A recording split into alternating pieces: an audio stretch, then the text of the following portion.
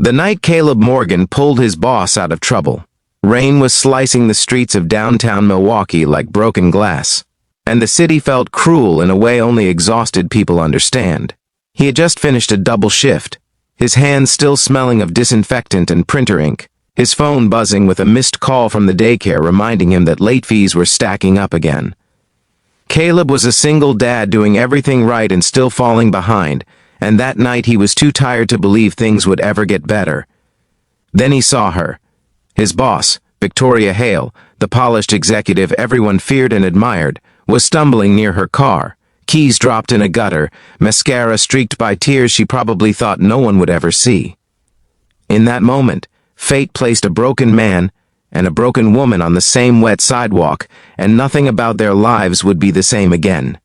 Before the story goes any further, if you believe in kindness, second chances, and the quiet power of doing the right thing when no one is watching, take a second to like this video, comment your thoughts, share it with someone who needs hope, and subscribe to the channel.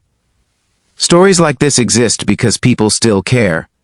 Caleb had not planned on stopping. He had promised his son Noah that he would be home in time to tuck him in, and promises were sacred in a house that had already lost too much. 2 years earlier, Noah's mother, Rachel, had died suddenly from an undiagnosed heart condition, leaving Caleb holding a grief so heavy it bent his spine. Since then, every day had been a careful balance of survival, love, and exhaustion. He worked as a facilities supervisor in a mid-sized tech firm, a job that barely paid the bills but offered health insurance and stability. Victoria Hale was his boss's boss, the kind of woman who walked through hallways like she owned the air itself. She never noticed him, never learned his name, and honestly, that had been fine. But rain has a way of washing away titles.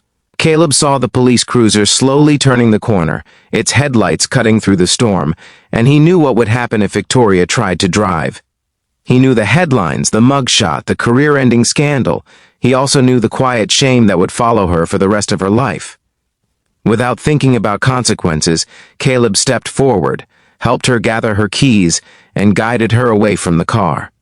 He called a rideshare, waited with her under the awning of a closed cafe, and made sure she got home safely.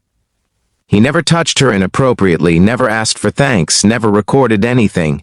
He just did what his father had taught him growing up in rural Ohio, that you help people when they are drowning, even if they once stood on the shore and never noticed you. That night, Caleb walked into his apartment soaked and late. Noah was already asleep on the couch, clutching a superhero action figure, the TV still glowing softly. Caleb carried his son to bed, kissed his forehead, and sat alone at the kitchen table, wondering if he had just risked his job by getting involved in something that was none of his business. He decided it did not matter. He would do it again. The next morning, the office buzzed with rumors. Someone had seen Victoria at a charity gala the night before. Someone else whispered about her leaving early. Caleb kept his head down, fixing a jammed copier, his shirt sleeves rolled up, his mind already on Noah's school project due Friday. Then he felt it, that strange pressure of being watched. Victoria stood at the end of the hallway, composed, elegant, back in her armor. For a split second, Caleb thought she would walk past him like he did not exist, that the night before would dissolve into embarrassment and silence. She did not pretend to forget. Victoria asked for Caleb by name, her voice steady but her eyes different, softer, carrying the weight of a woman who had seen herself at her worst and been spared. She called him into her office later that day, and while Caleb braced himself for confusion or reprimand, what he found instead was recognition. Not gratitude wrapped in corporate language, but genuine awareness. She knew about Noah. She knew about the late shifts. She knew how long Caleb had been holding everything together alone. Somehow, in less than 12 hours, Victoria had learned more about the man who saved her than she had about most people who worked for her for years. From that day on, things began to change, not magically, not all at once, but in ways that felt intentional. Caleb's schedule became more flexible. Overtime became optional instead of mandatory. A raise appeared on his paycheck with no announcement. Victoria began stopping by facilities meetings, listening instead of commanding, asking questions that surprised everyone. Rumors spread again, but this time they were about a CEO who had softened, who seemed more human, who left the office earlier and drank coffee instead of whiskey. What no one saw were the quiet moments, Victoria sitting alone in her penthouse, replaying the night she almost lost everything. Caleb helping Noah with math homework, wondering why life suddenly felt slightly less cruel. Both of them haunted by different versions of loneliness. Victoria had climbed every ladder she was told would make her happy, only to find herself numb and dependent on a glass to fall asleep. Caleb had given up dreams of college and travel to raise a child with love and integrity. They were two lives running parallel, finally aware of each other. Months passed. Winter gave way to spring. The city bloomed, and so did something unspoken between gratitude and respect. Victoria never crossed boundaries. She never used her power improperly. Instead, she created opportunities. She funded a childcare program at the company. She implemented mental health days. She promoted Caleb to operations manager, not as a favor, but because she had seen his leadership in the smallest, most telling moments. The office changed. People smiled more. Productivity rose. Kindness became contagious. Caleb still struggled. Single fatherhood does not become easy just because money helps. There were nights Noah cried for his mother. There were mornings Caleb woke up terrified of failing. But now, there was a sense that the universe had noticed his effort, that doing the right thing had not gone unseen. One evening, nearly a year after the rain-soaked night, Victoria attended a company picnic in a park overlooking Lake Michigan.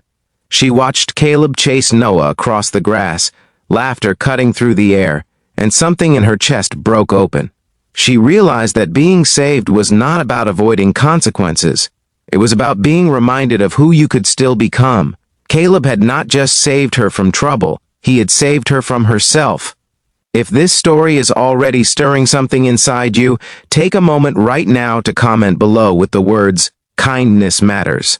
Let others know you believe small actions can change lives.